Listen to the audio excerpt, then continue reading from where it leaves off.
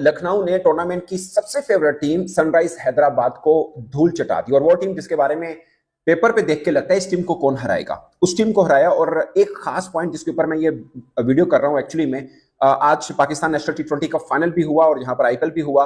IPL जो 2024 हुआ था, अब ये दोस्तों कुछ बड़ी इंपॉर्टेंट बात है जो क्रिकेट फैंस के लिए जानना बहुत जरूरी है कि कितना फर्क आ रहा है वो क्रिकेट जो बाकी लोग खेल रहे हैं, वो क्रिकेट जो हम लोग खेल रहे हैं। जब आईपीएल 2024 खत्म हुआ था तो उस वक्त ये बातें की जा रही थी कि 200 प्लस रन 10 हुए, जिसमें से 8 जो हैं 2024 में हुए हैं। और अब जब 2025 आईपीएल चल रहा है, सिर्फ 10 इनिंग शुरुआत की देखी जाए तो 6 इनिंग में अब तक की, यानी 5 शुरू के मैच में 10 इनिंग में से 6 में से 200 अभी से ही हो चुके हैं 6 इनिंग्स के अंदर।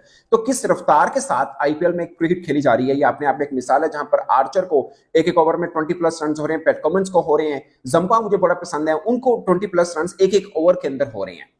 सोचिए किस टाइप की क्रिकेट खेल रहे हैं। पाकिस्तान नेशनल टी20 हो रहा है, वहां पे 108 109 रन बने हैं टी20 फाइनल में, जहां पर 2 मजबूत टीमें पहुंची हैं, एक पेशावर की, एक लाहौर की। ये जो मजबूत टीमें पहुंची थी पहली इनिंग में इतने रन बने, आप अंदाजा कर लें कि कितना डिफरेंस आ रहा है कि वहां पर 200 प्लस रन ऑलमोस्ट हर मैच में बन रहे हैं। ऑलमोस्ट आईपीएल के अब तक के जो मैचेस हुए हैं उसमें स्टैट वाइज हर चौथी बॉल के ऊपर चौका लगा है और हर 10वीं बॉल के ऊपर 3.4 बॉल के ऊपर चौका, 9.9 बॉल के ऊपर छक्का लगा है अब तक के जो 2025 के मैचेस हो चुके हैं। तो सोच लें कितनी बर्क रफ्तारी के साथ रन हो रहे हैं। जब लखनऊ ने, सनराइज हैदराबाद ने 190 रन किए थे तो कमेंटेटर कह रहे थे रन कम है। सोचिए वहां पे 190 रन कम कहे जा रहे हैं और वो साबित भी हुआ।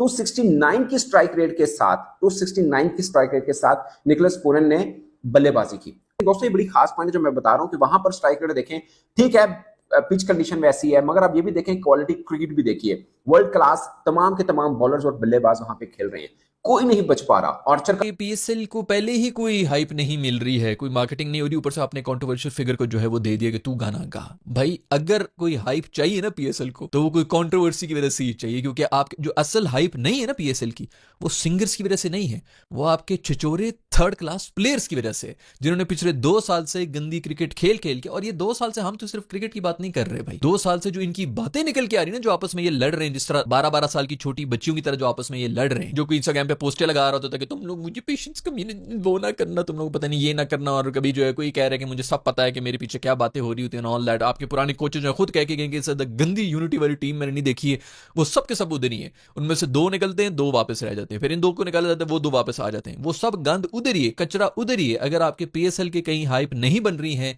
तो वो आपके कचरा प्लेयर्स की वजह से नहीं बन रही, सिंगर्स का इसमें कोई कसूर नहीं है। जैसे मैंने कहा कि यार अगर आपको थोड़ी सी हाइप चाहिए तो आपको कंट्रोवर्सी ही चाहिए, क्योंकि पीएसएल वाकई जो है डेड ही जा रहा है। आपको ऐसे लोगों को यूज करना पड़ेगा, ऐसे लोगों से पीएसएल प्रमोट कराना पड़ेगा जिसको कम से कम लोग पसंद तो करते हैं, जिनको सुनना लोग पसंद कर रहे हो। तो मसला आपके प्लेयर्स का है, मसला आर्टिस्ट का नहीं है। अभी तो जितना हो सकता है ऐसे लोगों को ढूंढ ढूंढ के लेके आओ ताकि पीएसएल की कोई हाइप बन जाए। खैर भाई, लेकिन पाकिस्तान टीम की कारकर्दगी खराब है, तो बोर्ड की कारकर्दगी क्या इतनी ही खराब है कि पाकिस्तान क्रिकेट बोर्ड के ऑफिशियल्स को मीडिया पर आकर ये बताना पड़ रहा है चैंपियंस ट्रॉफी के बाद भी कि भारत बहुत कुछ कर रहा है पाकिस्तान के खिलाफ, हम ये कर रहे हैं, हम वो कर रहे हैं। ये किस किस्म की एडमिनिस्ट्रेशन है? देखिए, इंडिया इस वक्त बहुत स्ट्रांग है, इसमें तो कोई 2 राय नहीं रही ना, सबको ही पता है। अभी कॉर्बिन बॉश का आपके सामने केस हुआ, पाकिस्तान क्रिकेट बोर्ड ने लीगल नोटिस भी भेजा, लेकिन उसने टस से मस नहीं, उसने कहा जी मैं तो आईपीएल में मेरा ज्यादा बेहतर फ्यूचर है, तो मैं आईपीएल इसलिए खेल रहा हूँ, ठीक है ना। तो इस वक्त देखिए ना, इंडिया की लोग एक चीज को समझ नहीं पा रहे हैं, जो सबसे इंपॉर्टेंट चीज है, इंडिया की रेलेवेंसी इस वक्त सिर्फ पैसों से नहीं है, इंडिया की रेलेवेंसी उनकी अपनी टीम परफॉर्मेंस से भी है। उनकी टीम इस वक्त मोस्ट इन डिमांड टीम है, जहां खेलती है वहां पैसा आता है, उस मुल्क में ब्रॉडकास्टर से पैसा आता है, स्पॉन्सर से भी आता है। तो इंडिया ने अपनी रेलेवेंसी बनाई है ओवर द ईयर्स, अपना सिस्टम बेहतर करके, डेवलप करके। पैसा उनके पास इसलिए ज्यादा आ गया है क्योंकि उनकी मार्केट बहुत बड़ी है भाई, साफ सीधी बात है, उनकी मार्केट इतनी बड़ी है। और फिर जिस तरह से मतलब इन रिसेंट टाइम उनके वहाँ इकोनॉमिक कैसे बोलते हैं इन्वेस्टमेंट्स वगैरह हुई है बाहर से, उसकी वजह से बहुत उनके पास पैसा आ गया। लेकिन ऐसा नहीं है कि यार इंडिया कोई पाकिस्तान को रोक रहा है इंडिया क्रिकेट खेलने से, या इंडिया की वजह से पाकिस्तान क्रिकेट सफर कर रही है। उसकी वाज़ेह मिसाल आपके सामने है। इंडिया ने 2007 के बाद या 2012 लगा लें, 2012 के बाद से हमसे तो कोई बायलैटरल सीरीज खेली नहीं है। तो जब हमने 15 साल में सर्वाइव कर लिया इंडिया के अगेंस्ट खेले बगैर, बायलैटरल सीरीज खेले अगेंस्ट, और फिर उसमें 8 साल आप लगा लें, 8-9 साल की कोई टीम यहाँ बड़ी टीम आई भी नहीं, तो ऐसा नहीं है इंडिया की वजह से कोई हमारी क्रिकेट सफर करेगी। हमारी क्रिकेट देखो सीधी बात है इमरान, हमारी क्रिकेट हम अपने पैरों पे खुद कुल्हाड़ियां मार रहे हैं। जब आप खुद अपने पैरों पे कुल्हाड़ियां मारोगे पोअर गवर्नेंस की वजह से, तो फिर आप क्या एक्सपेक्ट करते हो यार? फिर आपकी टीम के परफॉर्म आप देखें, ये जो सीरीज हुई है इस पर न्यूजीलैंड में, इसमें कोई बुराई नहीं है। मैं बिल्कुल बहुत अच्छी बात है भाई, आप नई टीम बनाना चाहते हो, T20 की माइंडसेट चेंज करना चाहते हो, गुड, डू दैट।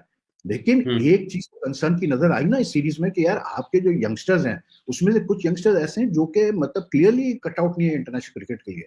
क्योंकि बहरहाल आप कुछ भी कहें यार, 4 मैचेस के बाद भी अगर आपके यंगस्टर्स वही गलती कर रहे हैं और उसी तरह से आउट हो रहे हैं, तो फिर जो है ना, फिर इशू है। उसका मतलब ये कि आपका डोमेस्टिक स्ट्रक्चर सॉलिड नहीं है।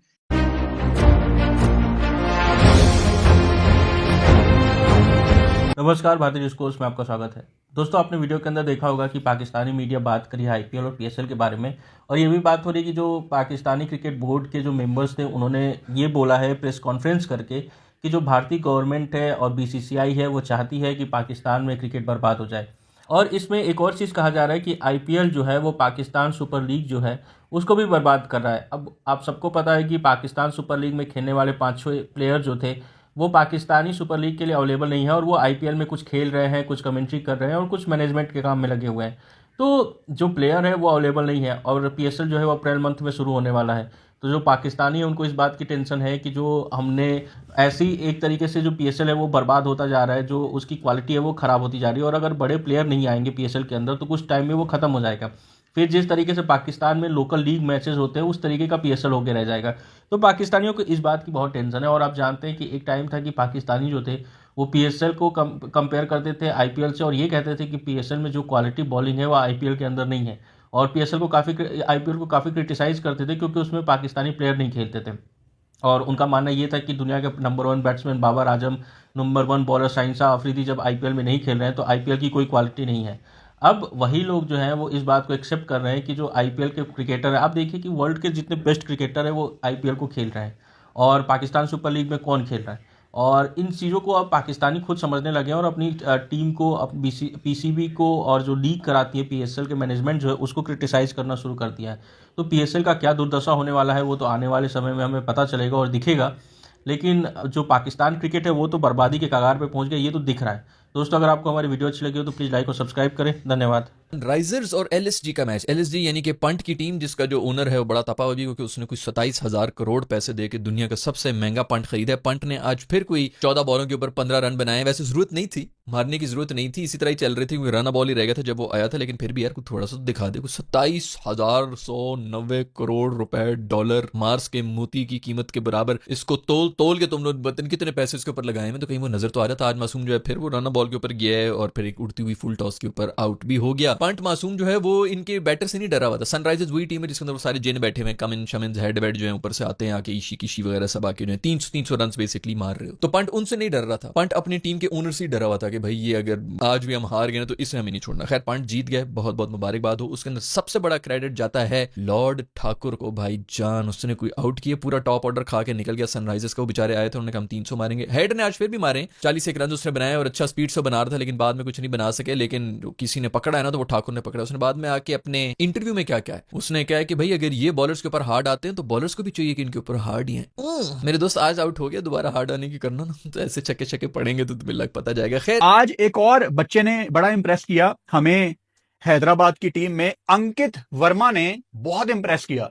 और अच्छी चीज ये है कि रोज रात को आईपीएल की वीडियो में मैं एक लोकल लड़के की बात कर रहा हूं, क्योंकि लोकल लड़का हमें मौका दे रहा है। ये चीज हमें खुशी देती है कि यार अपना लड़का रन कर रहा है। और ये अंकित वर्मा कोई बड़ी क्रिकेट पीछे नहीं खेला, यूपी का है ये लड़का, और इसने कोई बड़ी क्रिकेट पीछे नहीं खेली। इसने कोई अंडर 23 के टूर्नामेंट में कोई 100 किया था कर्नाटका के अगेंस्ट। उसके बाद इसने कौन सी वो लीग थी यार, एक लीग थी, कौन सी वाली थी, हाँ, मध्य प्रदेश प्रीमियर लीग में भी इसने रन किए थे। तो मतलब ये जो इंडिया की आईपीएल के अलावा लीग्स हो रही हैं, Tamil Nadu league, Delhi premier league, ये सारा वहां का टैलेंट है यार। तो बड़ी खुशी होती है यंग बच्चों को देख के कि ये अपनी टीम के लिए कंट्रीब्यूट कर रहे हैं। एंड ऑब्वियसली जब अपने लड़के रन करते हैं ना तो थोड़ी उसकी ज्यादा खुशी होती है।